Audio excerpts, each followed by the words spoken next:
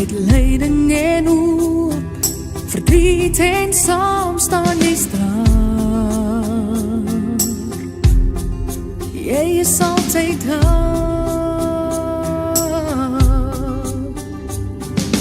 Dit wat ons doen, ons liefdes, ons vreugdes, ons plekke, ons thuistes, tot daar waar ons reis, jy is daar. Afrikaans is ons wese. Dis die taal waarin ons groeit, die taal is in ons bloed, is Afrikaans, vir ons mense. En ek stuur vir jou 'n sy, met 'n boodskap daarby, en waar jy is, sal jy dit kry, in Afrikaans vir ons mense. Al verander straatname, al word helde laat val, ons is steeds stuur ons adem, ons kultuur, ons verhaal, dit sal altyd bestaan. Afrikaans is ons wese. Dis die taal waarin ons groeit, die taal is in ons bloed, is Afrikaans, vir ons mense. En ek stuur vir jou 'n sy, met 'n boodskap daarby, en waar jy is, sal jy dit kry, in Afrikaans vir ons mense. Ons is daarmee gebore, die taal waarvoor ons staan, dit vloei deur ons are, ons kinders praat het saam, dit sal altyd bestaan. Afrikaans is ons wese. Dis die taal waarin ons groeit, die taal is in ons bloed, is Afrikaans, vir ons mense. En ek stuur vir jou 'n sy, met 'n boodskap daarby, en waar jy is. Dis die taal waarin ons groeit, die taal is in ons bloed, is Afrikaans, vir ons mense. En ek stuur vir jou 'n sy, met 'n boodskap daarby, en waar jy is, sal jy dit kry, en Afrikaans vir ons mense. Afrikaans vir ons mense. Afrikaans vir my mense. Afrikaans vir ons mense.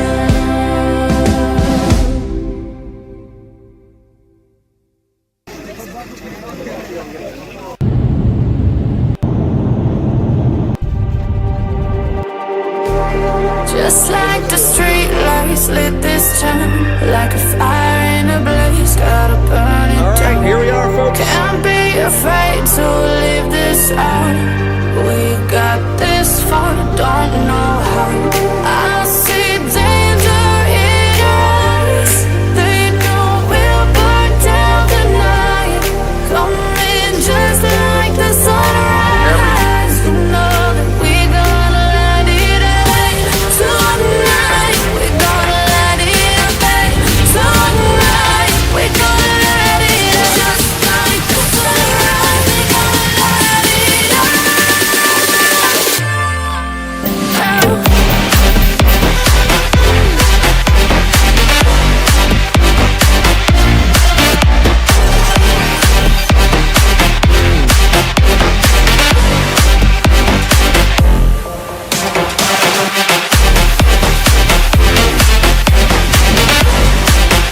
Welcome back once again. This is Chris Report, and we can assure you that since I'm down in Boulders,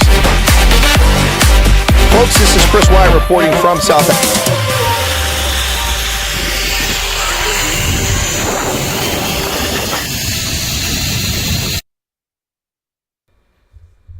Hey folks, welcome back to Chris Wyatt Reports. It is Wednesday, May 8th, 2024. It's Chris live in central Pennsylvania. This is your news day. Your daily jab, your daily injection of the, no mRNA here, simply the truth. None of that experimental stuff. Welcome back to the program. Good to see you all with me once again. We'll get started on the news here in just a moment, but a few programming announcements before we get any further. Number one, Wednesdays with a Colonel on Ronaldo host channel will not be today. It will be on Friday. Since he can't make it today, I can't make it tomorrow. We'll be there on Friday. That's the first programming announcement. Tomorrow, a busy day once again on the program. The effects of communism, minority groups. It's a conversation between myself and Rutz, who is with Solidarity, previously with AfriForum, and then also we have Janos, who is Jensky, who is from Hungary. Three of us will be in a conversation tomorrow, 9 a.m. Eastern Standard Time, 3 p.m. on South Africa time. Well, then we also have, at my normal broadcast time, we have the Bribe Brews with Byron Shepard from Morning Shot, and he'll be back on with me tomorrow. We haven't done that in a while, so we'll be talking about South African politics, no doubt. And then after that, at 2 p.m. Eastern Standard Time, 8 p.m. South Africa time, Dr. Corné Mulder, Member of Parliament, Chief Whip for the Freedom Front Plus, and candidate for the premiership of the Western Cape, will be on the program at 8 p.m. tomorrow night, South Africa time, 2 p.m. Eastern Standard. That is tomorrow. On Friday, I'll be on Ronaldo's program. Then also on Rugby Ascendant, we'll be covering the Stormers on the road in Wales facing the Dragons. That'll be on Rugby Ascendant at 2:30 Eastern, 8:30 South Africa time. So that's coming up as well. In addition to that, next week on Monday, it looks like I'll have Reverend Kenneth Mishwe from the African Christian Democratic Party will be my guest. Just sorting that out, 6 p.m. on Monday, noon Eastern Standard Time. Also in talks with Bantu Holamisa's phone number. It doesn't sound like him, the responses, but trying to get him on the program again next week as well. So there you have it, folks. Dr. Peter Herneval will not be available during this election season. I won't have him, so apologies for that. And I don't know the status of my request to the IFP if they've even gotten it. So I have to check in on that. There you go. Continuing coverage. Thank you to all the folks who've been watching my videos the past couple days. I've been working very hard on videos. I think the one that probably is the most illuminating is the video I did about Shell, Tebe Investment Corporation, and the Batu Trust, which is really just an ANC vehicle for enrichment. So that video is north of 4,000 views now. Thank you to everyone who's watched it. Now, the shorts I did today, haven't really done anything. A little disappointed in that. But the BEE shakedown of Shell, that one's now at 4,500 views. Thank you for that. It peaked earlier at 600 views in 1 hour. That dropped back to 433 and then 441. So we're in the next hour now, and we're already at 60. So hopefully it'll keep going. That video, with any luck, will push us over 15,000 subscribers. We're now 22 away from getting to 15,000 subscribers. A total that we reached in less than 4 months on the original channel before the censorship started on YouTube, and I was put in the doghouse. It's been a long road back, and all of you who are here, for the most part, have been with us since the very beginning, so thank you for that. Now, I also did a video a short while ago, and I'm going to show the article from 2004, 20 years ago, that the French press agency ran. They wrote it, and then Al Jazeera carried the story. And they carried it correctly. And they talk about the corrupt ANC elite. And the reason I'm mentioning that is because today Togo Sexwale was in Ekurhuleni trying to get black South Africans to vote for his corrupt party. Now, why would he be out trolling for votes and bringing up the ghost of Chris Hani, which is what he was doing, unless the ANC was absolutely desperate? These rich people never stick their fingers in the pie. They stay away from all the mess unless they're absolutely forced to get involved. So when will we see Patrice Motsepe on the campaign trail? Maybe not, because he's busy with the Confederation of African Football. So he's working with that instead. So anyway, let's get to some of these stories now, folks. Thanks for tuning in. Be sure to hit the like button. But we do have breaking news out of Georgia, where the case by Fani Willis, or Fani, take your pick, the disgraced prosecutor who has a vendetta against Donald Trump, or she's the willing stooge of the New World Order clowns trying to destroy Donald Trump. Her case is completely fallen apart. And now a Georgia appeals court says it will consider an effort to disqualify her from the election subversion case. There was no election subversion. This is a twisting of words and lies by Democrats. The Georgia Court of Appeals will consider an effort by Donald Trump and his co-defendants to disqualify District Attorney Fani Willis from the election subversion case. Of course she should be disqualified. She diverted resources, state money, taxpayer money, to her lover, and then had her lover pay for vacations for her and her lover. A lover? Yeah, she should be disbarred as well. This is an abuse of public authority. This is an abuse of office. This is an abuse of the legal system. The woman should be disbarred and banned from government employment ever again. But no trial date has been set in this because this is such a mess and just total fiction and lies by the leftists. So that's the first breaking news right there. I want to share that with you. Also, not exactly breaking at this hour, but still shocking nonetheless. ActionSA's Gauteng premier candidate and their youth leader were kidnapped. They were carjacked. My goodness. ActionSA Gauteng chairperson and premier candidate Funzi Ngobeni and chairperson of the party's youth forum Lupi Gafane were found safe and unharmed in Benoni on Tuesday night after being reported missing following a carjacking on Tuesday night. Early on Tuesday night, ActionSA chairperson Michael Beaumont confirmed that both of them had been victims of carjacking and that they were missing. ActionSA's leadership is working closely with the family's vehicle tracking company and law enforcement agencies. Everything that can be done to expedite the safe return of our leaders is being done. Wow. And they have been safely returned. As of Tuesday at 11 p.m., Beaumont reported that both leaders have been found. Wow, they were traveling a Toyota Hilux when they were carjacked at Olafien-Holzbosch in Centurion. Vehicle still missing. Wow. Unharmed, but undoubtedly shaken. This is unbelievable. This is a candidate for premiership, a governor, essentially, of a province, and he's carjacked in broad daylight. Or was it in the evening? It's hard to tell.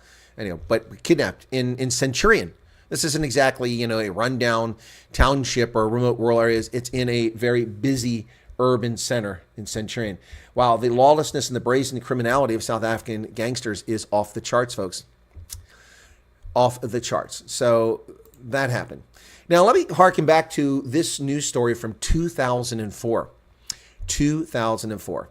Wow. This story originally run by the AFP, Agence France Presse, the French press agency, ran this story in 2004, 20 years ago in April. So it's been 2 decades, and little has changed except for the wealth accumulated by these corrupt ANC politicians. Apartheid opponents strike it rich. Once they fought against apartheid government, but today many of the South Africa's former freedom fighters are being scorned for using black empowerment laws to become multimillionaires. And who are we talking about? The best known of the black elite are Tokyo's Sexwale, once a communist. And, of course, Cyril Ramaphosa. And then don't forget Patrice Motsepe. 10 years of democracy, yet many people are desperately poor. And now it's been 30 years of democracy, and even more people lived in abject poverty in South Africa, courtesy of the African National Congress, who will blame it on Jan van Riebeck and apartheid, and blame it on colonialism, and blame it, of course, on the evil West, Ooh, and commodity prices, and sunshine, and solar storms, and sunspots, and crickets, and witchy poo, and lizards, and I don't know what else. They'll blame it on anything except the people responsible for the misery of 30 plus million black South Africans living in abject poverty. And that would be none other than the disgraced African National Congress. That's where the blame lies. You can blame Jan van Riebeck all you want. You can blame Hendrik Verwoerd all you want. DF Milan, just go blame. We all know the truth of the matter is this. Instead of taking an appropriate approach, a market-based approach, a fair approach for South Africans, not based on skin pigmentation, but based on socioeconomic status and income. Instead of taking that approach, the ANC chose to be pigs at the trough and enrich Tokyo Sexwale, Patrice Motsepe, Cyril Ramaphosa, and a whole host of others, and then all the lower level pigs at the trough. Yep. That's what they chose to do. Meanwhile, children die falling into sewage in a pit latrine. What is a pit latrine if you're not from South Africa? Well, that's where you dig a hole in the ground instead of having a proper ablution unit. The amount of money that ANC officials stole during the lockdown would have built ablution units and schools for the entire country, not just the 400 schools in the Eastern Cape that lack ablution units. Unbelievable. 10 years after democracy, people desperately poor. 30 years after democracy, people are even worse off than they were 20 years ago, courtesy of the ANC. 10 years after the end of apartheid, you could blame Jan van Riebeck and apartheid and wealth disparity and land dispossession. You can blame it for all that, but it's been 30 years. The blame lies squarely at the feet of the ruling party, which claims to be refreshing and renewing itself.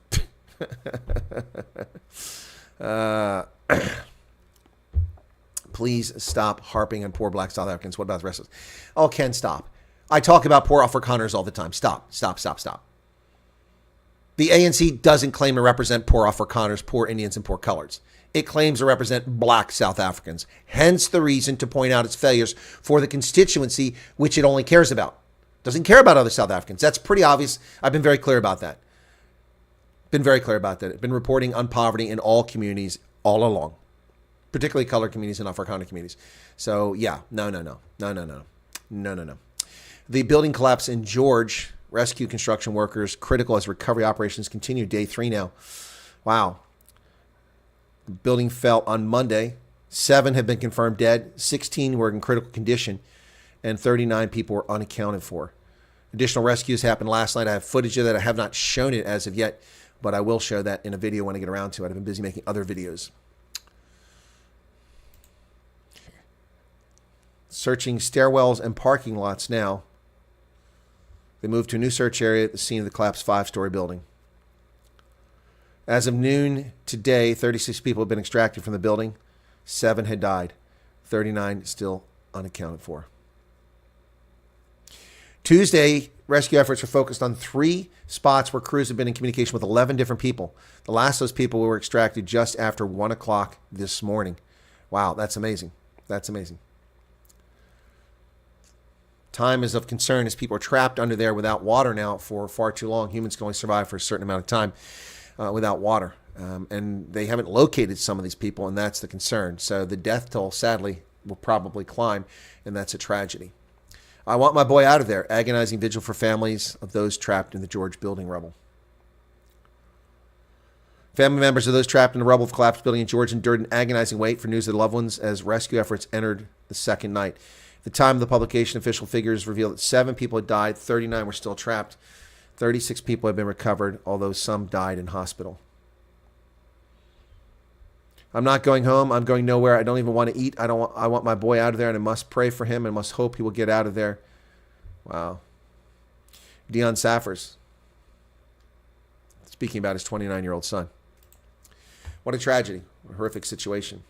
Well, the African National Congress is in trouble, ladies and gentlemen. As I said, Tokyo Sexwale out there drumming up support for the ANC. He says, when your home is on fire, when your father's home is on fire, you don't ask questions. You take a bucket and join the others to douse the flames. You'll talk later about what caused the fire and what caused the problems. But for now, we need to soldier on in the trenches, as Chris Hani did. Chris Hani was never in any trenches. Anyway, wow, this is Tokyo Sexwale. He says, we're here to campaign for the ANC and not to de-campaign anyone. We're here to de-campaign lack of water for our people, potholes, poverty, and to campaign for the success of this country to be rebuilt. I'm sorry, it didn't have to be rebuilt. It simply had to be extended to all. Now it has to be rebuilt and extended to all. And there were no potholes. Poverty is 300% worse than it was. And there was plenty of water and electricity. So if you're here to campaign or decampaign the lack of those things, you need to look inward at the ANC. We are here to say to South Africans, fellow members of the ANC, and members of the evil alliance, that's my words, not his, he says alliance, we are bending our knees in front of our people. No, you're not. You have no humility whatsoever. This is an absolute disgrace and joke, and it's an insult to all black South Africans, white South Africans, colored South Africans, and Indian South Africans, and any fool who would vote for the ANC. Yes, there he is. Tokyo Sexwale. During a doorstop with the media, he told journalists the ANC was in trouble and it was crucial for all its leaders and former leaders to join the campaign. Yeah, the ANC is in a lot of trouble. And gee, I wonder why, because they're so corrupt. Hey, speaking of corrupt, ZANU PF, the corrupt, evil political party that has ruled Zimbabwe and driven millions of people in abject poverty, murdered thousands. That's right, murdered thousands, if not tens of thousands of people. ZANU PF, which originally was ZANU, but the Zimbabwe African National Union Popular Front, or Patriotic Front, I should say. ZANU PF is interfering in South African elections. You know, last month when it was reported that the Independent Electoral Commission had met with the European Union, with the U.S. ambassador, some political parties like MK were losing their mind. What are they doing? Oh, they're interfering in our elections. No, simply coordinating where observers can go and being informed. That is the role of diplomatic communities, to be informed about what's happening in a country, to reduce tensions between countries, and to facilitate cooperation and trade. That is the purpose of diplomacy. These morons in the MK aren't bright enough to realize that. However, now that an actual political party from an evil country is interfering in South African politics, there are silence. ZANU PF says it's been invited and is willing to assist its colleague, the ANC, in a last-minute push for voters. The crocodile, these grinning thieves. Zimbabwe's ruling ZANU PF party has reportedly been invited by its allies, South Africa's ruling ANC, to be part of the electioneering team as the ANC enters the final stages of its election campaign. Wow. We've been in touch with the South African ruling party. What is happening there is an internal issue which we are closely monitoring. I cannot rule out the fact that we can go and assist if they need assistance from us. There are pressing issues that need to be addressed by South Africans on political developments taking place there. Yeah, like the ANC needs to go. The Democratic Alliance's advert with a burning South African flag, Cyril Ramaphosa calls it treasonous. So Ramaphosa is a dipshit. You heard it here. He's a dipshit. It's not treason. It's not treason. It's just stupid to even say that. President Ramaphosa described DA's advert depicting a burning image of the South African flag as desperate and insightful. The desperate party is the ANC. DA has come under fire for its advert, which depicts an image of a South African flag being burned to cinders. While the narrator talks about how the ANC is on the cusp of losing power, but would do anything to stay in power. DA said this doomsday coalition would destroy South Africa, adding voting against this was about survival. In a statement, the president said the DA's desperation undermined the principles of democracy and unity amid the national celebration of 30 years of freedom. Shut up, dipshit, Cyril Ramaphosa. Yeah, you've got nothing to add to the conversation. This is not, it's maybe in bad form. Worst case, it's in bad form. It's certainly not racist. It's certainly not treasonous. It's just telling it like it is. And much ado about nothing, folks. Much ado about nothing. The Kathandra Foundation is joining the trial as a friend. It asserts that Zuma is unfit for parliament, and in that we agree. They're joining the IEC's battle over his candidacy in the Constitutional Court. The Ahmed Kathandra Foundation has been admitted as a friend of the court in the matter between the Electoral Commission of South Africa and Mkhonto Sizwe, set to be heard this week. Wow. The Constitutional Court expects to hear the IEC's challenge on whether Zuma can serve in parliament or not this Friday in Johannesburg. So they join as a friend of the court. Well, there you go, an amicus brief. MK Party founder Jabulani Khumalo has disciplined Jacob Zuma. Oh, this is getting really entertaining for MK folks as it implodes. Mkhonto Sizwe Party founder Jabulani Khumalo has placed Jacob Zuma on precautionary suspension and wants the Electoral Commission to remove the former president from his parliamentary list, which we reported on yesterday. The move by Khumalo comes despite his expulsion from the party by Zuma late last month for ill discipline. Of course, Zuma has no such authority. He's just a consultant, says Khumalo. The face versus the founder. MK Party implodes as expelled Khumalo suspends consultant Zuma. The MK Party seems to be locked in an internecine factional battle in the crucial weeks before its inaugural election. If the suspension comes to pass, it will mean Zuma is suspended by both the MK and the ANC.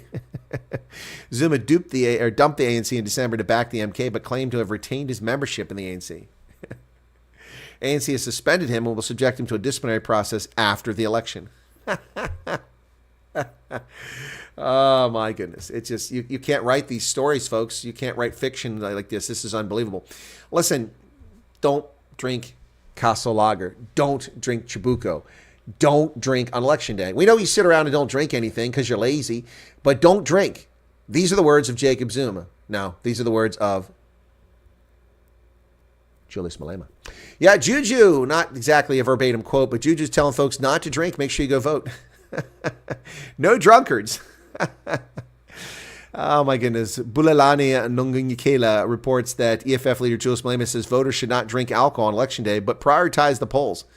It's the same message ANC Secretary General Fikile Mbalula told the Western Cape residents last week that they should not drink and gallivant, but vote the DA out of the province. Malema told the supporters to bury the governing ANC and remove a criminal in the union buildings. The real freedom is coming on May 29th, and what is missed in 1994 is going to be achieved in 2024. Oh, my goodness. Oh, it's hotting up in South Africa. Ladies and gentlemen, The Minister of No Trade in South Africa, Ibrahim Patel, the token Indian in the ANC's top 50. Ibrahim Patel, the token Indian. Everyone's got a token Indian, right? And a token white guy. Yes, well, the ANC's token Indian, Pravin Gordhan is also Indian, is he? Naledi Pandor. She's colored, though. Anyway, but the token Indian, the Minister of No Trade, Ibrahim Patel, says that South Africa remains a desirable investment destination. Yes. Bring your dollars, bring your pounds, bring your yen, bring your rubles, bring your renminbi. Maybe not.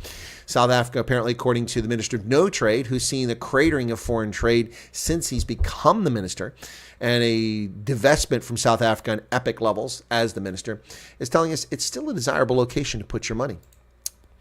Yep. Trade, Industry, and Competition Minister Ibrahim Patel said that the withdrawal of petrochemical heavyweight Shell is not going to impact how the international investment community views South Africa. Yeah, sure. I'm sure that's really the case. You know, I think that silliness by Ibrahim Patel calls for the following. Let's see if I can get one to come up here. Let me see. Nope. Come on, give me one.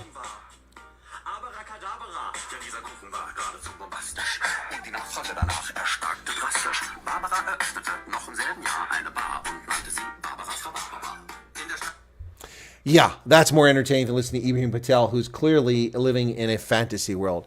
The plane, Mr. Rock, the plane. Yeah, that's right, Ibrahim Patel, living in a fantasy world. He said the withdrawal of Shell is not a reflection of the negative investment case for the country. And in fact, there are various foreign businesses that are keen to invest in South Africa. Sure. I'm sure the Chinese want to invest in South Africa. Tin fish, that's right, has overtaken chicken. Chicken is no longer the top source of protein for South Africans. That's an interesting development. Pilchards, nasty. People are eating the sharks. Pilchards has surpassed chicken as the most favored protein in South Africa. If data released on Monday, the report showed that the avian flu outbreak, first reported back in June last year, pushed chicken prices to an unaffordable level. Therefore, a total of 8.5 million broilers and layer chickens were culled last year. Wow. Government allowed 30,986 tons of poultry meats. Wow. They come in. From June to December, the retail price of chicken increased by less than 0.5%, while the producer price rose by 8.8%. In December 2023, canned pilchards cost consumers 1.12 rand per protein gram, while frozen chicken was 0.91. Beef was 2.8, was the most expensive. But now people are eating pilchards. They're sold in smaller quantities, typically 400-gram cans and less. So people are eating pilchards, not chicken. Well, that's going to change things. Hey, I missed it again. Thank you, Ronaldo. Why didn't you tell me that FlySafair was having a 10 rand sale? Damn it, man. Come on, can't you tell us about these things? South Africa's FlySafair had another sale. Over 2,000 tickets were sold in the first 20 minutes of a 10 rand sale. The FlySafair flight sale has close to 1 million people in Mozambique camping in their waiting room just for the opportunity to score 10 rand tickets. The low-cost airline announced on Wednesday morning that it had sold over 2,428 tickets within the first 20 minutes of its 10th birthday promotional sale. As part of low-cost carrier's 10-year birthday celebration, we'll see 50,000 seats on selected domestic flights selling for 10 rand. Last year, the same promo went for 9, and in 2022, it was 8. So inflation. The party is on. Look at that, man. Close to 1 million people trying their luck. It's no surprise that one's stay inside the waiting room feels like an eternity. People struggling to get in. The waiting room only allows a few customers in the site each minute, with their customer being given just a 10-minute session to book their flights. Wow. Well, that's unfortunate. I'm missing out on the sale again. Zimbabwe appeals to the diaspora, begs for Zimbabweans abroad to invest in its failing economy. Lying to them and telling them it's going quite well. Faced with an inability to access offshore credit lines due to defaulting on previous loans, the government of Zimbabwe is appealing to its diaspora and foreigners to invest in southern African nation. Some citizens in the diaspora are skeptical their investment will pay off. Well, they're not just citizens. As a foreign investor, I'm not putting a penny into the racist government of Zimbabwe. Until the crocodile and ZANU PF are removed from power, I won't put a penny into that country and probably will never visit again. That's sad. It's such a wonderful country with wonderful people. But hey, what? I can't support a socialist, failed, totalitarian state. That's why I don't go to D.C. anymore. Zimbabwe's maize crop has collapsed as a consequence of El Niño. Maize output in Zimbabwe dropped 3/4 this year as the nation experienced its worst drought in 4 decades. Output of the staple grain Ends May 31st, estimated 634,699 tons. That's down 72% from last year. So do you know what that means, ladies and gentlemen? The evil white people in America will be bailing out the Zimbabweans again with U.S. food supplies. We will be feeding starving Zimbabweans yet again this year, yet again, and still hear the lies about so-called sanctions against Zimbabweans, crippling our economy, the racist Western evil people. No, your corrupt kleptocracy and murderous regime is the reason why you have travel restrictions and sanctions against the corrupt, murdering leaders of your party and of your government, not against Zimbabweans. But we'll feed you, and we'll take the hit, because that's what we do. That's what we do. Mozambique's ruling party, Frelimo, has selected its candidate for the October election. Yes, nominated the presidential candidate. Mozambique's ruling Frelimo party picked Daniel Francisco Chapo, a 47-year-old governor of the southern province, to be its candidate for October's presidential election after heated internal debates that lasted for 3 days. Wow. It halts the speculation that President Filipe Nyusi planned to cling to power at the conclusion of his term. Chapo's on the left, and the diminutive guy on the right is Nyusi, if I'm not mistaken. Anyway, but yeah, so the party's won every election since multi-party democracy was introduced 30 years ago, at the end of a decades-long crippling civil war. Dozens of cholera cases have broken out in flood-ravaged Kenya, folks. President Ruto telling people about this. United Nations voiced concern Wednesday after dozens of cases of cholera reported in Kenya, which has been hit by weeks of destructive rains and floods. While in Hamanskral, in Gauteng, we have cholera and no floods because of ANC incompetence. There you go.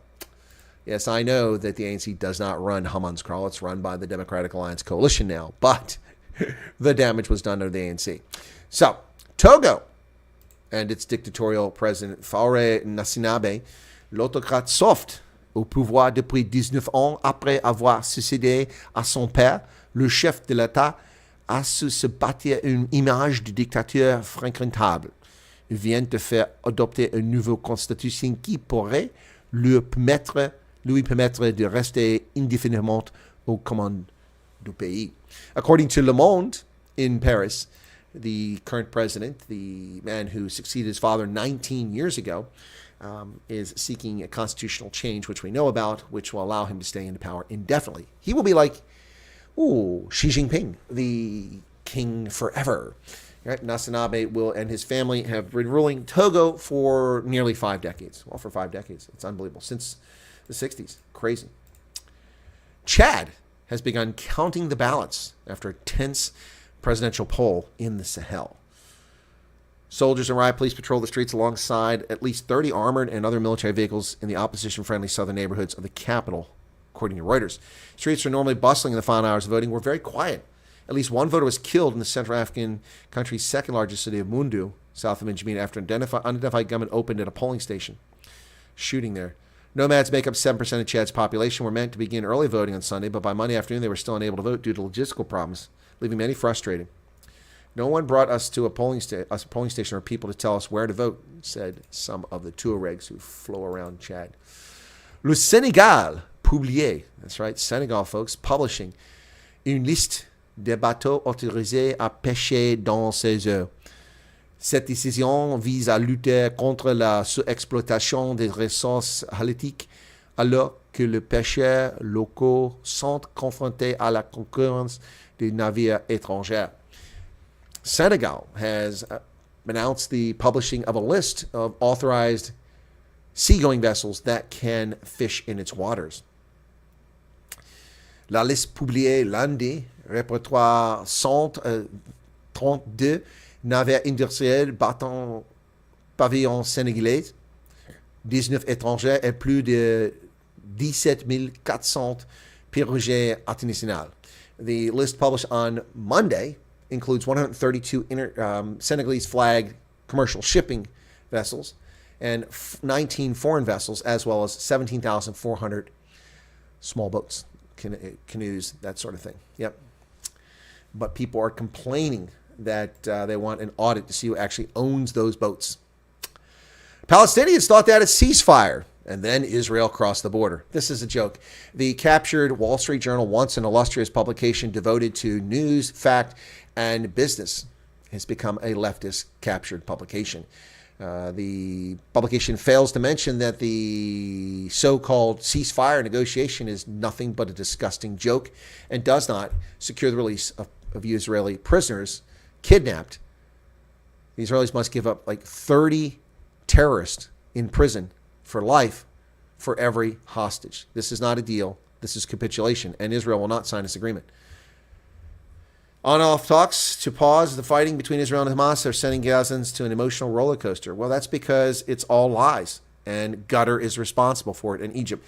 Hours after Israel's military told them to seek a new place of safety, Gazans in the southern city of Rafah took to the streets to celebrate. At the 11th hour, Hamas said it had accepted a proposal for a ceasefire. People cheered. Sweets were passed around. A few hours later, however, it became clear that the celebrations were premature. The agreement accepted by Hamas turned out to be a counteroffer that Israel hadn't seen and wouldn't agree to, shattering hopes of imminent end. So they were lied to once again by Hamas, by the media, by Qatar, and by Egypt. Does that surprise you at all that the Palestinians were betrayed by fellow Arabs and leftist media? No, not at all. No, Israel should not ever accept such a capitulatory agreement. All hostages and remains released immediately. The unconditional surrender of Hamas terrorists immediately. This is the only way for this conflict to end. Well, a bleak milestone in Myanmar, and the ANC remains silent. Silent. Nothing coming from the moral high ground of the African National Congress. They're too busy sending Tokyo Sexwale out to beg for votes and lie to people in the streets of Ekurhuleni. United Nations says the number of displaced persons has jumped by 50% in the last 6 months as fighting in Myanmar intensified. 3 million people have been forced to flee the conflict. 3 million. Wow, that is 5 times as many people as fled the conflict in Gaza. 5 times as many. But apparently brown lives don't matter in Myanmar.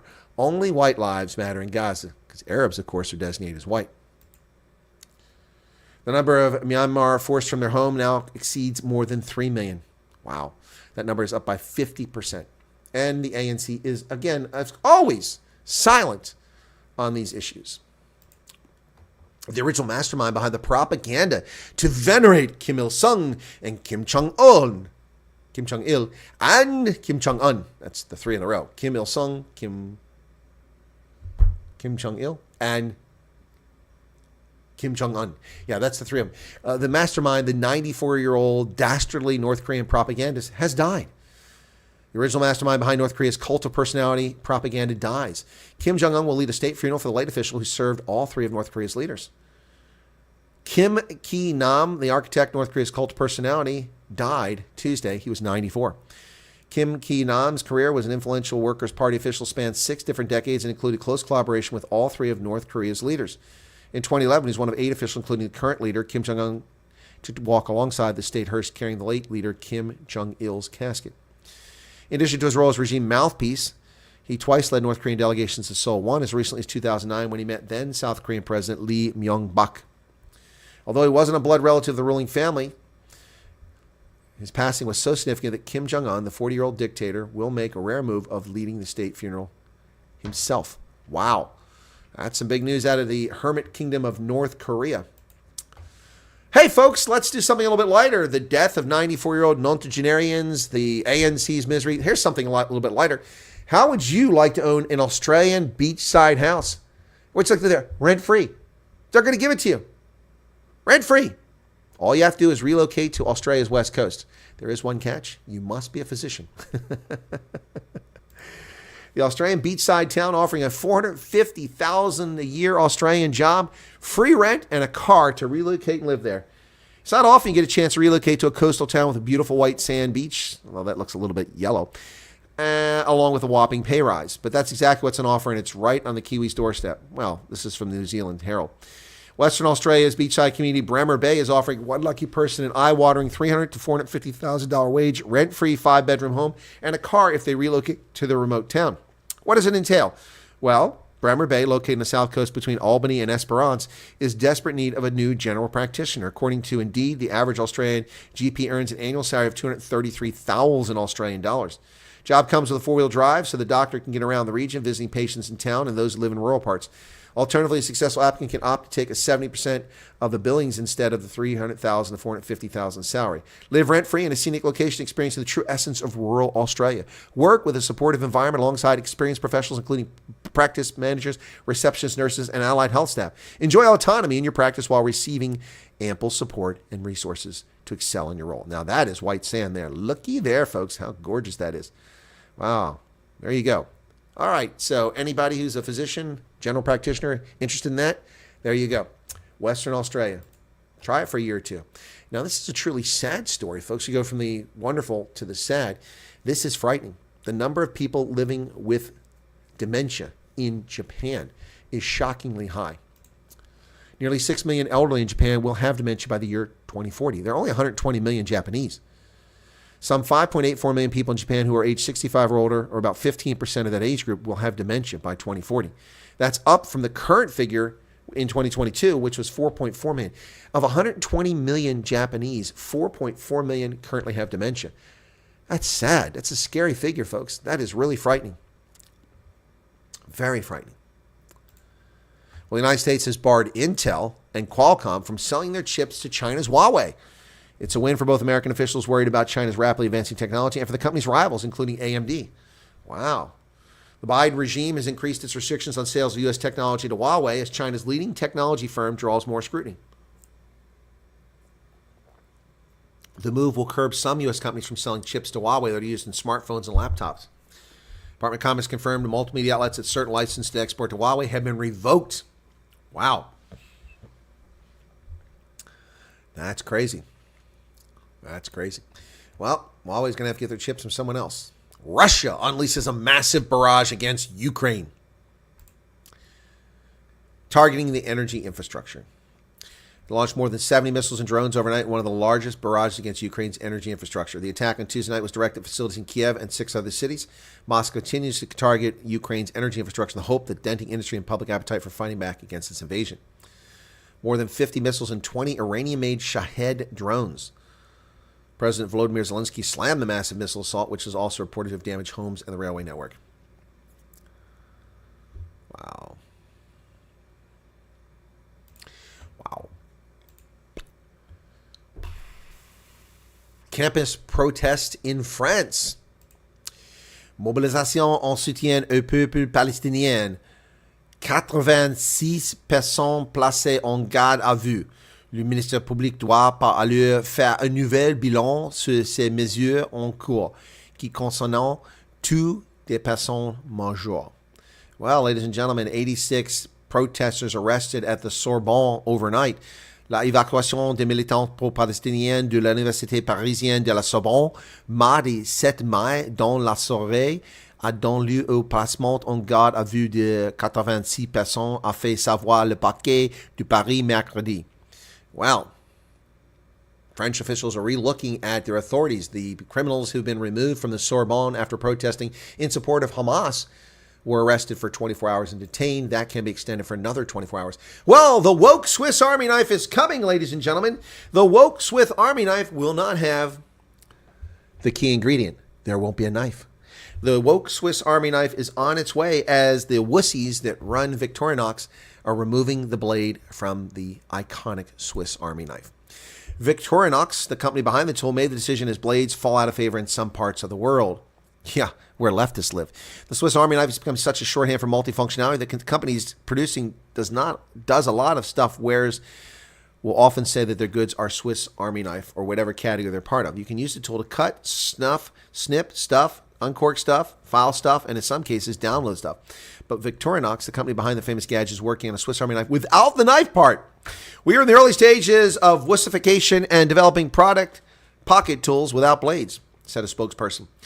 It won't be continuing the bladed version, but they've been trying to figure out how to serve customers in places like England and Asian countries where knives aren't as welcome product as other markets. And the reason knives aren't welcome in England is because Khan Sunyan, no, that's Star Trek. The mayor of London, of Londonistan, has banned knives.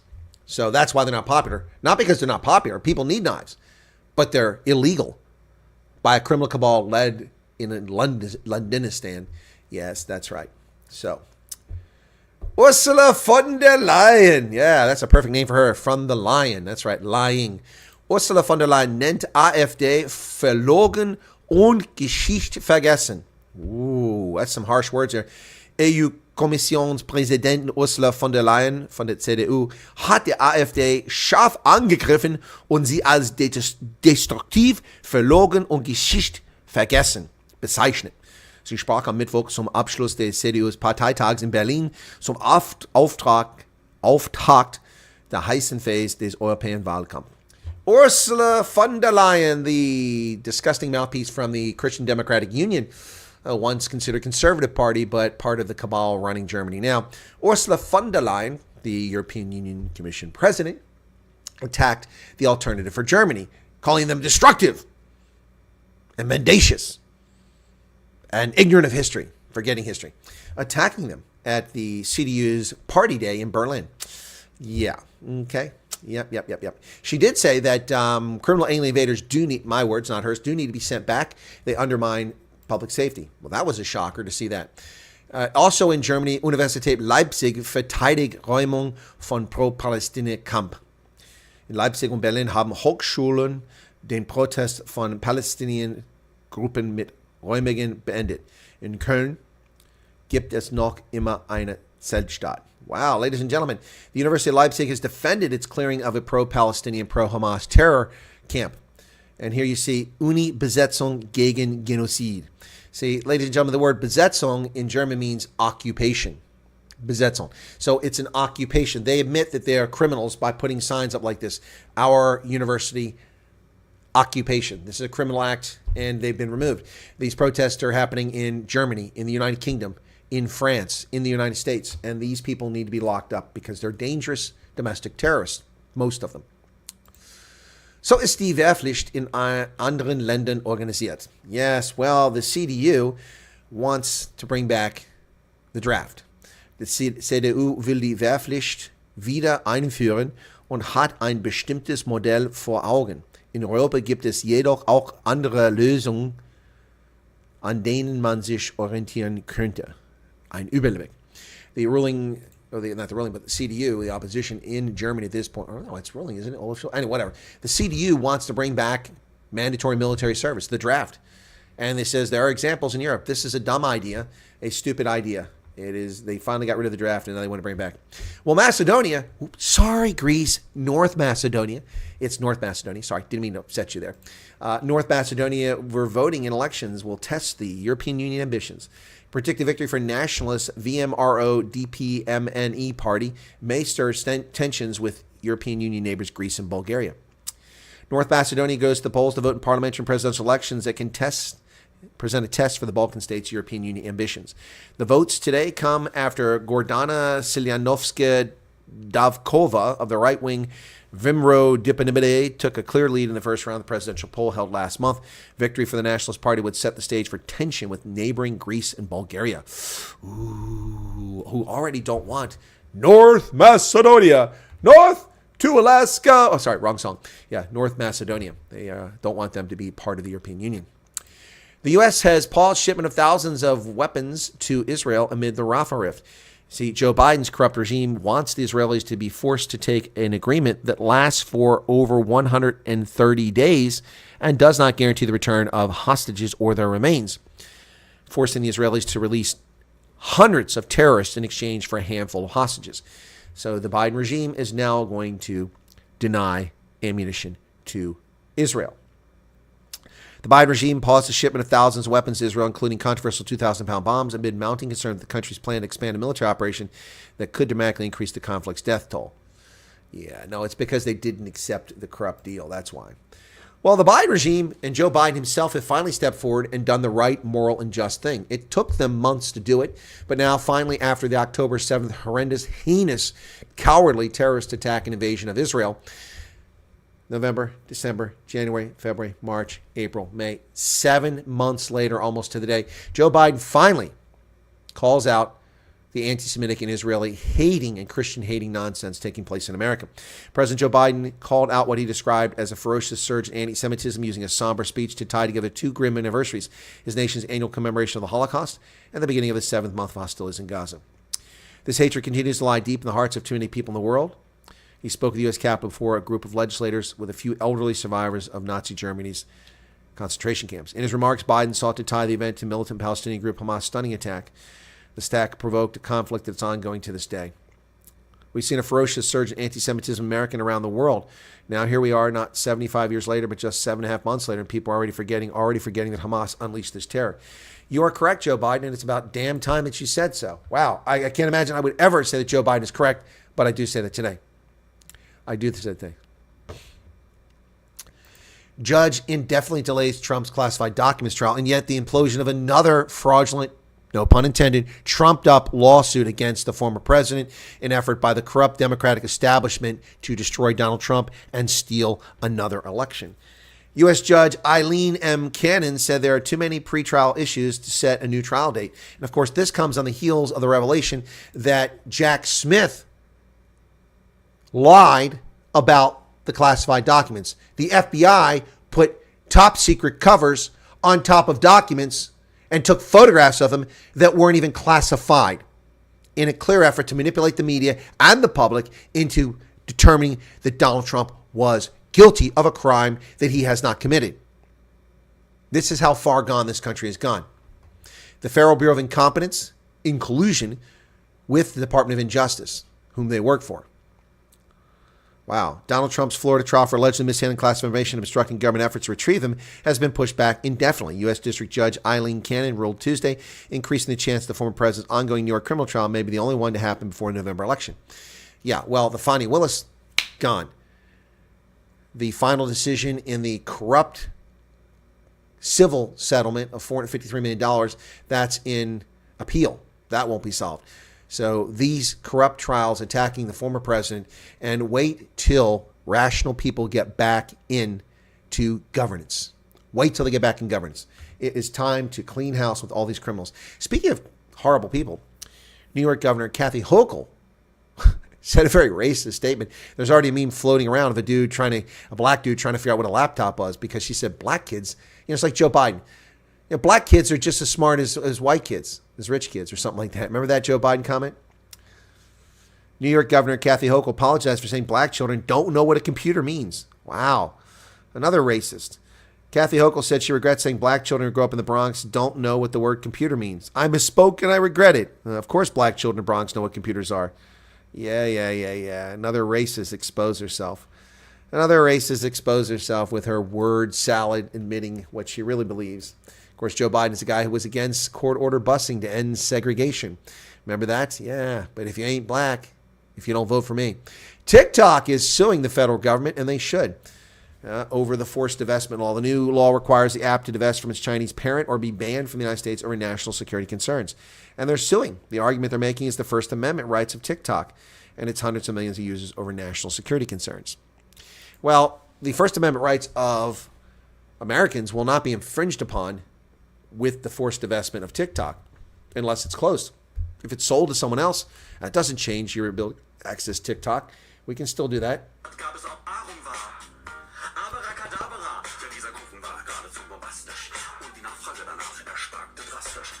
So we can still access TikTok.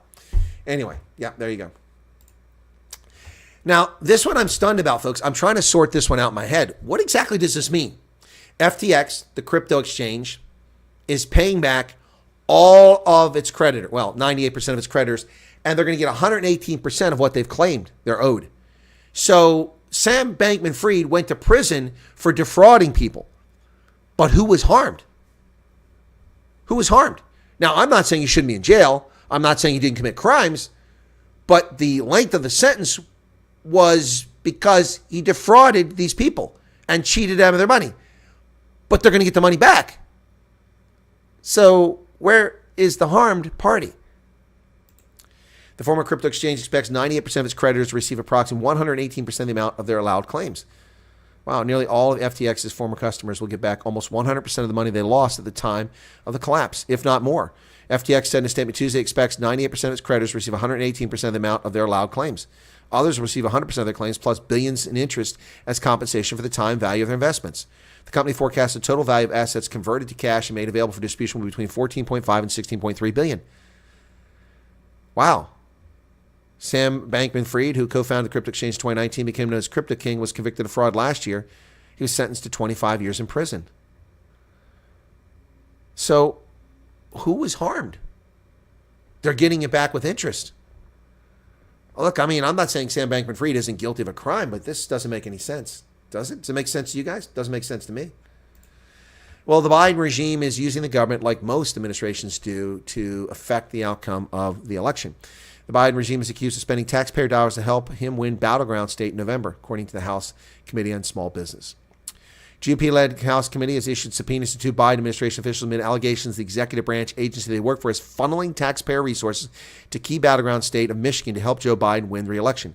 Representative Roger Williams of Texas, chairman of the House Committee on Small Business, issued a pair of subpoenas to Tyler Robinson, special advisor, and to Arthur Plews, chief of staff. Wow. The Biden administration is spending taxpayer dollars to help him win a battleground state in November. It's complete abuse of taxpayer money. The committee is fighting to put an end to these blatantly political acts. Wow. There you go. Looming in the background is President Biden's Executive Order 14019, which states the head of each agency shall evaluate ways in which the agency can, as appropriate and consistent with applicable law, promote voter registration and voter participation. So the Biden regime is interfering in elections. Who knew? Ladies and gentlemen, the unviable candidacy of Robert Kennedy Jr. takes another hit today as he admits that he had a dead worm in his brain. New York Times runs an article detailing the long and sad medical history of RFK Jr. It says doctors found a dead worm in his brain. Wow. The presidential candidate has faced previously undisclosed health issues, including a parasite that he said ate part of his brain. My goodness. Doctor believed the abnormality seen on the scans was caused by a worm that got into my brain and ate a portion of it and then died. Now an independent candidate, the 70-year-old, says he's athletic and relative youth over his opponents. Wow. But he has lots of medical problems. He suffered from atrial fibrillation. Wow. Hospitalized 4 times for episodes. Had a dead parasite in his brain. He was also diagnosed with mercury poisoning from ingesting too much fish containing heavy metal. He said, I have cognitive problems, clearly, in a 2012 deposition. I have short-term memory loss and have longer-term memory loss that affects me. Apparently, Robert Kennedy also forgot that he has memory loss and didn't disclose that to voters. Robert Kennedy's effort to get elected president, which never had a snowball's chance, is dead on arrival now. The Washington Post does something that it never does. You know, the place that claims that democracy dies in darkness, actually democracy dies in biased reporting from the old Washington Post. But today they actually did something that's beneficial to readers. They told the truth. They told the truth, telling people that you shouldn't rely on Social Security. You need to have a threefold approach: a traditional retirement account, Social Security, and savings. Well, that's much better. That's much better. With Congress in no hurry to act, Americans are rightly concerned that Social Security won't be there when they become eligible. Well, yeah, that's true. It isn't broke, but it's nearly broke in.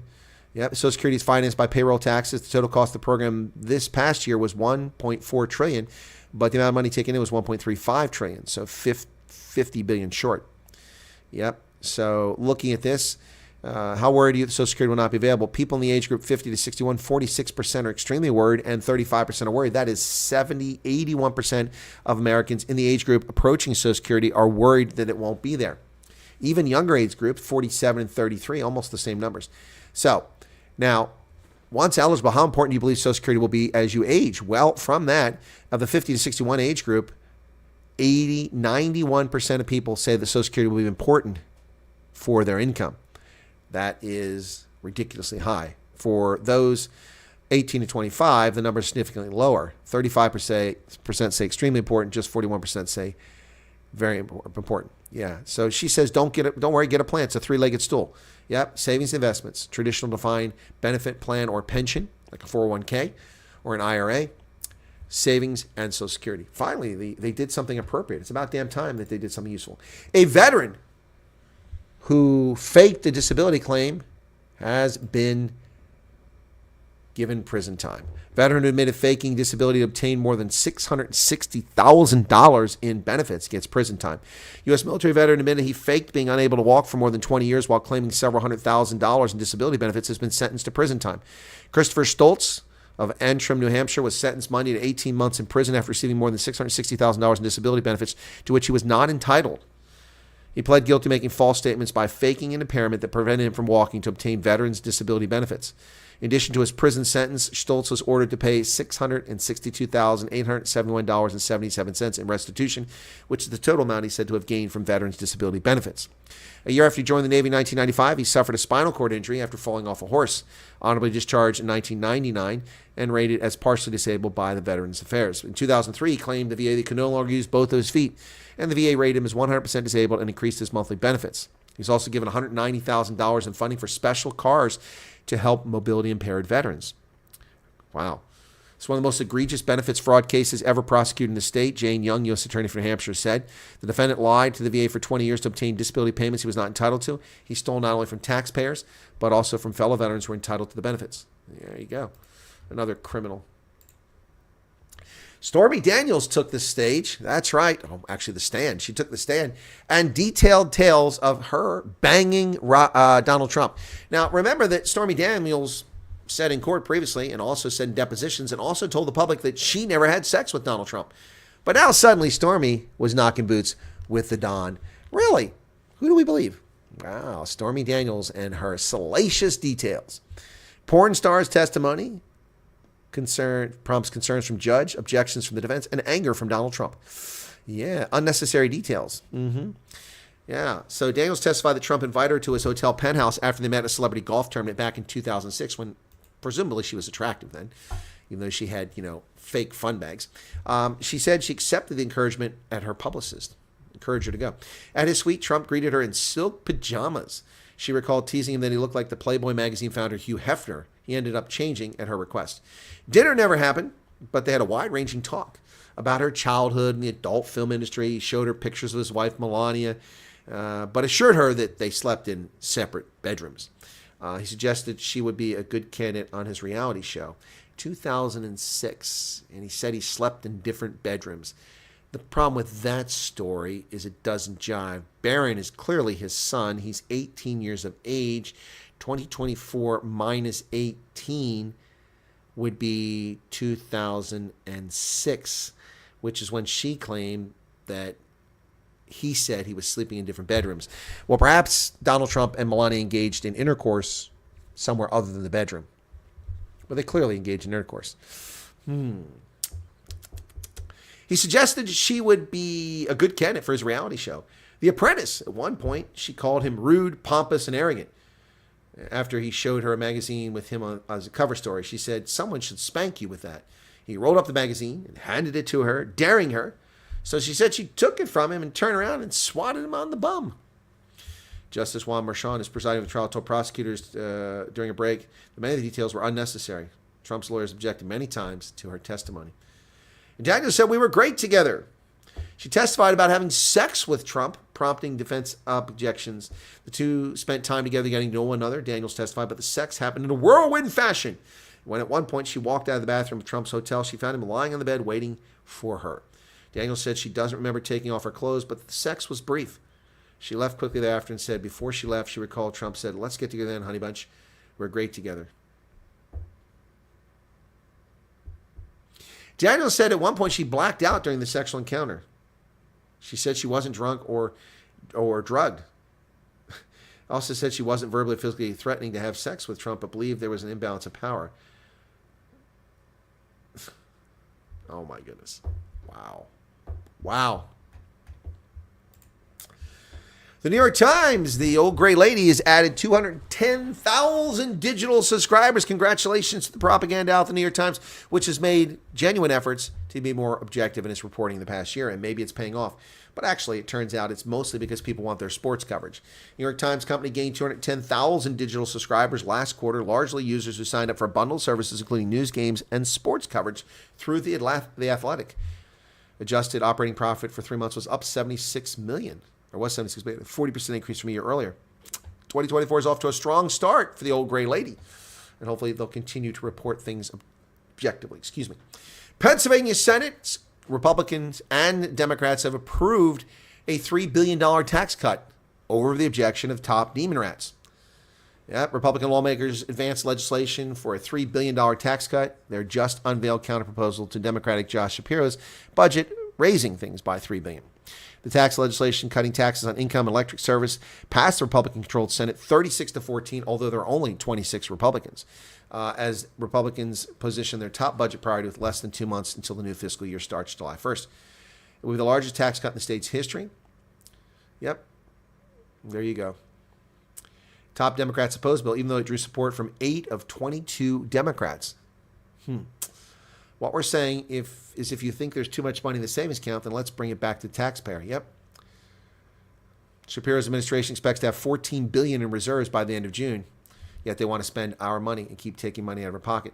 The Senate's GOP's tax legislation will reduce personal income tax from the 3.07% back to the 2.8% level where it was before lawmakers raised it back in the year 2003. Wow. They would also eliminate a 4.4% gross receipts tax on the profits of private electric utilities.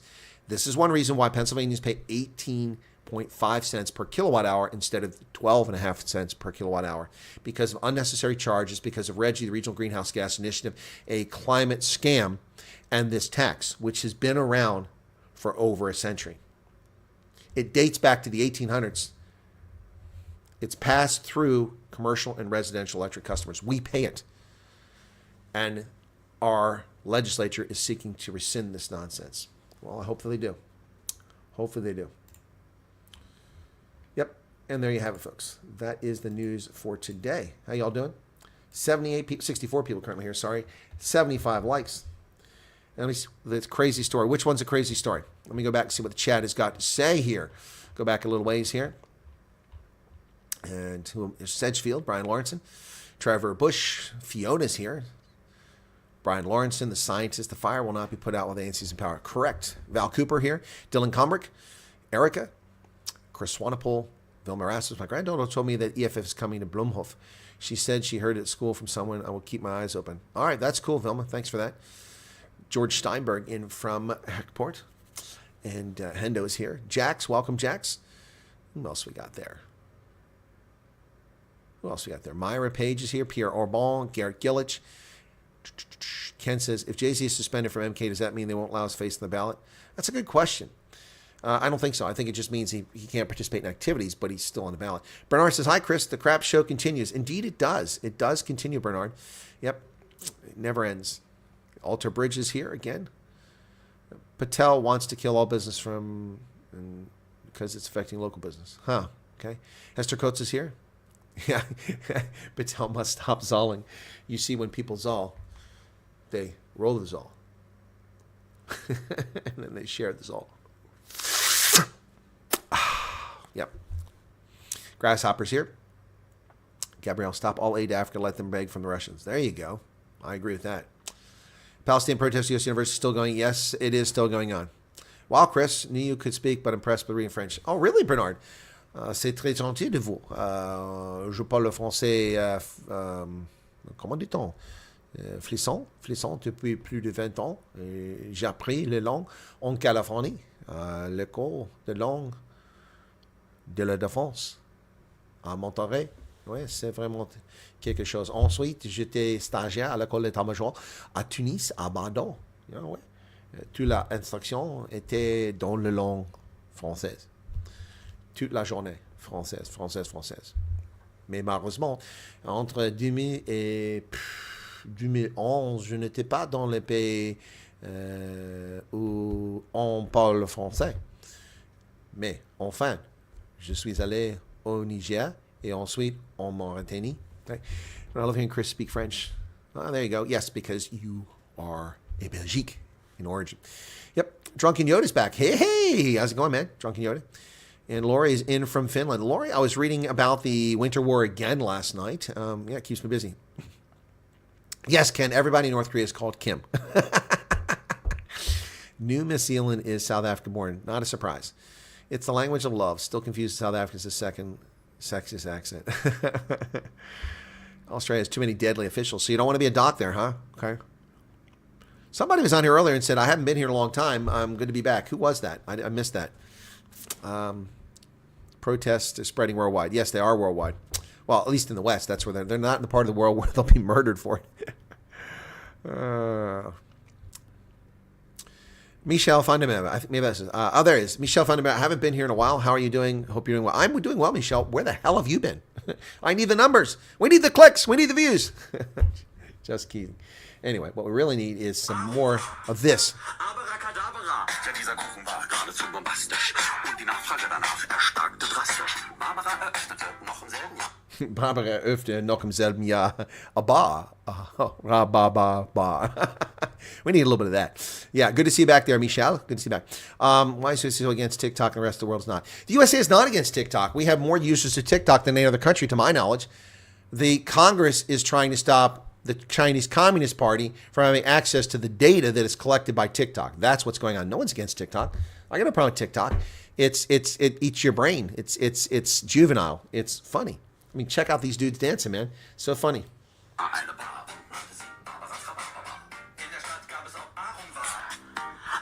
I have to say that young ladies are usually much more attractive than those fellas on the escalator. John Jarvis is here.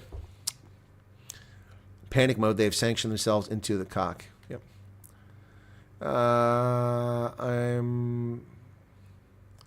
I thought Sam Bankman stole the money. I guess he didn't steal the money, huh? Exactly.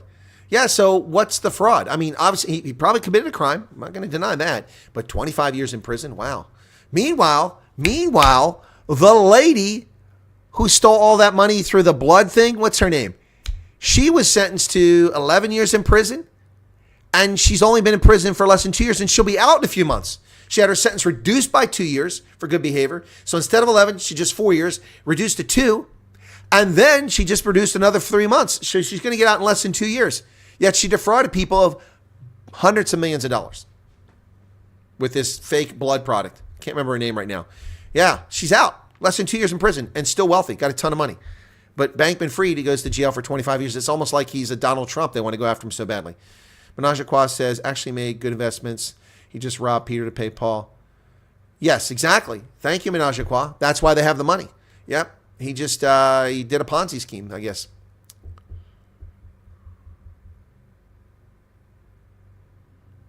John Jarvis says, I'm sure you have some good stuff to share. Please try doing it in understandable English. The amount of TikTok is more to do with appeasing right-wing military industrial. No, stop, Keith. Stop. There's no right-wing military industrial complex. That's fictional nonsense. I can't believe you fall for that. Doesn't exist. These big corporations are controlled by leftists, not by rightists. They're controlled by leftists. I've worked in that industry. I was in the National Intelligence Committee. I worked in the National Security Agency. Raytheon and Boeing worked for me. The people around me are all leftists. They weren't conservatives. They're leftists giving contracts to these big corporations, not conservatives. It has nothing to do with conservatives. Now, it appears that way to people because the people in Congress standing up for the right things are actually conservatives. But you notice it's not the rhinos because they're part of the whole problem. It's the genuine conservatives. Yep. And Sedgefield makes the most coherent thing he said yet. Didn't banks extend credit facilities to him jointly making money? Well, they did to Trump. Cornelius, dementia running the country and zombies coming in with, yeah. Monray says, Chris sounds like he has Biden syndrome. What do you mean? Alex Black says, I want to join the Telegram group. Where can I post comments? You can join any of the Telegram groups, Alex. They're all open. And there's one of them right there. Hendo put it up. Insiders group. I like the protesters in Israel reporting as being in captivity. Yeah, exactly. That's so funny. Money in digital form was funneled via FTX to Ukraine, back to certain Dems donations. There you go. I heard that story too, but I never saw the evidence of it. But I had heard that story. I don't think a great way to make. Oh, come on, stupid. Anyway. All right, so Biltong Barbie trying to squeeze a buck from about 17,000 to 57,000. Hence, fund can repay. Exactly. Crazy story. Oh, you're talking about that. On the story about about Stormy Daniels. Yeah, it's ridiculous. And she said in court, she said in a deposition, she said to the media, she denied ever having sex with Donald Trump. Now, apparently, we're supposed to believe that she had sex with him. And, of course, she meant it was short. Yeah, okay, sure. So were your crappy films. Oh, I've never seen them. Menage a Kwa wants an update on the American soldier detained in Russia. The American soldier detained in Russia traveled illegally to Russia without authorization to follow his girlfriend. Sounds like a honey trap by Russian intelligence services to me. So my empathy for this American soldier in Russian prison is zero. Sorry. Yep. They put the saliva on the paper. That's right. They put saliva on the paper. Yep. Yeah, it may be the year of change for good in a lot of countries with new presidents. Well, let's hope so, but let's not hold our breath on that. Okay, did you check Kifnis' video? Yes, I did check the Kifnis' video. It's not bad. What John's talking about, which I won't show because I'll probably get a copyright claim. Kifnis doesn't like me at all. Full stop. I have no idea why. He'll go in any program except mine. I've never insulted the guy. I've never said a bad thing about him or his group. And I asked them long before they were huge and famous, when they were still a small group, asked them to come on the program. They gave me the Heisman, basically told me to foot-sec. I don't know why. Don't know what their problem is, but that's their prerogative. They have no obligation to come on my program. Nobody does. But I did see the Kifnis video, and they use Midnight Oil. It's not bad. He's done better. But it's a nice take on what's going on there. So, yeah, not bad. But unfortunately, I can't play it because I will get a copyright claim. Definitely. And the Kifnis probably go after me with that. We'll see. But, yeah, I did see it, John. Thank you for sharing it. It was good in the groups. Scott Adams calls TikTok digital fentanyl for the brain. That's a good description, Dave Renke. Yep. Digital fentanyl for the brain. I agree. Yep. Darn, paper ripped. You're rolling your Zal, huh? Wow, that's crazy. Well, I have an appointment at 2:30, but we're not quite there yet. We just got a little bit of time here before I have to run off. Smell BS in Stormy. I smell a lot of BS in Stormy Daniels' testimony. But the whole case is nonsense. It's just utter ridiculousness. Anyway, let's take a look at a few things here real quick here. First off, let's do a solar update. Now, the sun's back out today. I've had 4 days of crappy solar generation, really bad. A few days ago with the rain, 5.2 kilowatt hours. That is nothing. I use 17 per day. That's my mowing out back. And then 8 the next day. Then it went up to 24, and then it went up to 26. Today at 15 already, and it's just 1:30, and it's producing at the peak level. So maybe a good day today, but to restore. Anyway, so yep, hopefully we'll get there. So that is the first update. The next update, let's take a look at what's going on here. Let me give you a real quick, again, update on streams coming up. Tomorrow at 9 a.m., 3 p.m., 9 a.m. Eastern, 3 p.m. South Africa time. It'll be Ernst Hertz from Solidariteit, formerly of AfriForum, along with Janos from Hungary, talking about the effects of communism on minorities, talking specifically about Romania. They'll be on the program tomorrow. That was supposed to be done from Romania, but the data connection was so poor, I kept postponing it. We're doing it tomorrow. Ernst is in South Africa. Janos is in Hungary. We shouldn't have any problems. That's tomorrow. Then also tomorrow at the normal time for news, there will be no news broadcast because Byron Shepard from Morning Shot will be back with me for the Bri Brews, which we haven't done in a while. Bri Brews, we'll be talking about South African politics in particular, maybe a little about the U.S. And then at 2 p.m., that would be 8 p.m. South African time, it's Dr. Corne Mulder, the Chief Whip and Member of Parliament for the Freedom Front Plus and candidate for Premier of the Western Cape, will be on with the program, 8 p.m. South African time tomorrow. On Friday, I'll be on Ronaldo's program. I'll do the news, then Ronaldo's program. And after that, on Rugby Ascendant, it will be the Stormers on the road against the Dragons in Wales. I'm sure Flesham will show up for that game. So there you go. So those are. Are we still on 38% for cancer? I'm thinking a little less. We didn't account for MK. Showerhead has taken even more than I thought. Bernard, I'm sticking with my numbers, and I'm glad I've stuck with them because things are changing so rapidly here. So, for instance, when the Brenthurst survey was done a month ago, it gave the impression that MK would get 13% of the vote, and they would outpoll the EFF, which is possible. But then the Ipsos poll put them at 8%. That's also possible. But now the party's imploding everywhere. You've got Jabulani Kumalo, who was the founder of the party, kicked out by Jacob Zuma, who's not even a member of the party. He's a member of the ANC.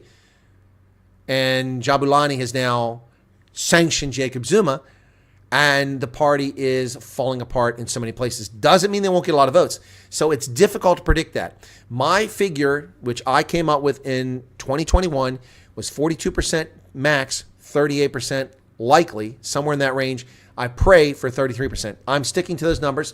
I've seen nothing to cause. Now, even the advent of MK didn't get me to back off of those numbers. It just made me pray harder and hope harder that the ANC would fall to 33%. We need the ANC at under 35%. That's what we need.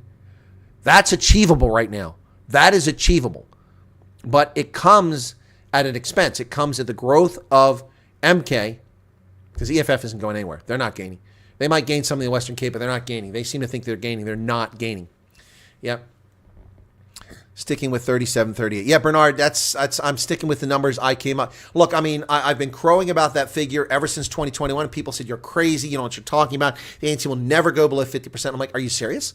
Are you serious? They got 56% in 2019, despite the fact that the DA tried to be the ANC light and Musi Maimane tried to emulate and lick the testicles of the ANC and turned off millions of South Africans who didn't go to the polls. And the DA imploded. They went from 4 million to 2.5 million votes.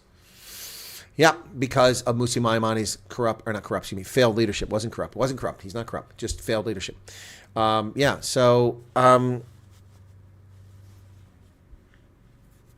not changing my figures. I'm going to go with what I go with. Okay. Yeah. The question is, will the DA do better? I don't think they're going to do better. I think that's going to be a surprise for the DA. I wish them well, and I hope they do better. I hope the DA, the Freedom Front Plus, the ACDP, all do better. Even the IFP do better. But not Rise Mzansi, but ActionSA, hope they do well as well. None of them will win an outright majority, or none of them will be a plurality. Even the DA won't be a plurality. The only way the DA becomes a plurality is if ANC voters stay home and somehow the DA gets back to 4 million votes and suddenly finds itself slightly ahead of the ANC. That's not going to happen. If that did happen, that's the only way. But none of them will be a plurality, so all of them need each other. ActionSA, Freedom Front Plus, UIM, IFP, the DA need each other. So hopefully they'll get enough. Yes, Brian, I don't underestimate stupidity of South Africans. I've seen up close and personal, the stupidity of American voters. So why can't South Africans, why would they be different? Pilchards, the healthiest meat protein next to salmon, of course. I didn't say it was a problem, Grasshopper, provided there are a sufficient number of pilchards out there. But it will be devastating to South Africa's poultry industry if it becomes a long-term trend. I don't think it'll be a long-term trend. I think people are just eating it because they can't afford chicken. ANC boards were only what's this? I have no idea what Mulroney's talking about. Oh, you talking about their posters? Yep. I still say page rate gets 8% election. Dave, that's a pretty bold prediction. There's no way. What's your basis for coming out with that? Where do you get that from? 8%. The Patriotic Alliance, 8%. I don't see that at all. I mean, okay, that's interesting. But where are you getting that from? I need to mow my yard, but I'm going to have surgery here in an hour. And I don't know if I'll be able to do my yard because I'll be bandaged up when I come back. Might not be able to do it, but it really needs to be mowed before it gets out of control. I haven't been able to mow for 3 days because of the rain, and now it's clear and the rain is burning, or the sun is burning off the rain. So Bernard says 100%. Yep. Well, I mean, think about it. If I had made my projection then and consistently stuck by it and told people why I thought it was true for the past 2.5 years, and then suddenly changed it just because what the polls say, then it would be a little dishonest. I could say that the ground truth has changed, and it has changed, but I don't think it's changed sufficiently for me to change my position. I don't know what MK is going to do, if they're even going to survive to the election, what's going to happen to them, but they will be a problem for the ANC in KwaZulu-Natal. I wouldn't be surprised to see them take 25% of the vote in KwaZulu-Natal. Wouldn't be at all surprised. Nationally, 8 to 13% seems plausible, but I'm not going to hold my breath. These factional ANC breakaway parties don't always do well. Anyway, so those were the upcoming streams, but let me talk about things I put up here. So the shorts aren't doing anything. That's so disappointing. I got 26 views on the one and 64 on the other. That's kind of sucky. So the videos I did, let's take a look at the BE Shakedown of Shell now and how it's doing. So come on, refresh the page. And we're over 5,000 views, 5,200 views. Thank you for that. So we dropped for a few hours, 438, then we went 451, then 528 in the last hour while people watching this news program. We have 528 views of that video. That's cool. It means a lot of people who aren't watching this program regularly are actually watching that video. That's pretty cool. And we're now 24 minutes into this hour, and I'm at 217, which means we should get to 400 or 500 again. That's pretty cool. So 5,200 views, 33 new subscribers. That's exciting. That's exciting. Almost 340 hours of viewed content. Let me see what that means for a subscriber base. Ladies and gentlemen, we're now just 14 subscribers away from 15,000. Now, I'm not going to get too excited about 15,000, but I will celebrate it. Remember that I reached 15,000 subscribers after taking my channel, my original channel, and in 4 months went to 15,000 subscribers. And a little over 4 months went to 23,000 subscribers. So it's been a long road back. Hopefully that video will get us there. Hopefully it will get us there. It's pretty cool. Excited about that. The other video, the ANC Wealthy Elites begging for votes, that one has seen 300 already, so not so bad. So analytically today, for a small channel like this, which I consider a small channel, we're looking good. Oh, wait, I just got updated data. So 87. Now we're 13 away, and this data just got updated here. Come back. Here, let's close that. Yeah. Okay, so we got 1,047 views from 12 to 1. That just doubled it. Look at that. So the data was out of date. 1,000 views in the past hour. That's more like it. But I tell you, I miss the days when I would do a video about Julius Malema back in 2020, and I would get like 5,000 views in a couple minutes, and 15,000 views in like 15 minutes, and 100,000 views in a couple hours. I really miss those days. I can tell you why the success you speak to your viewers, people appreciate it. Well, Bernard, yes, I do, but I've been doing that for 4 years. And YouTube censorship, and yes, it is. I'm not whining about it, just stating the facts, folks. Louise Forster just subscribed. Buy a donkey. Thank you for that, Louise. Yeah, they do. They hide things, but sometimes the videos get through their censorship. So, oh, Layla says small but dynamite. Thank you for that. ANC incontinence. Did I say incontinence or incompetence? If I said incontinence, that was a faux pas. You only get views because you're so good looking. Well, thank you for that, Dylan. Thank you for that. But yeah, so we actually got 1,000 views the past hour, not 500. So that's good. And we're at 351 this hour. So that the data was out of date. It just updated. It must have refreshed. Wow.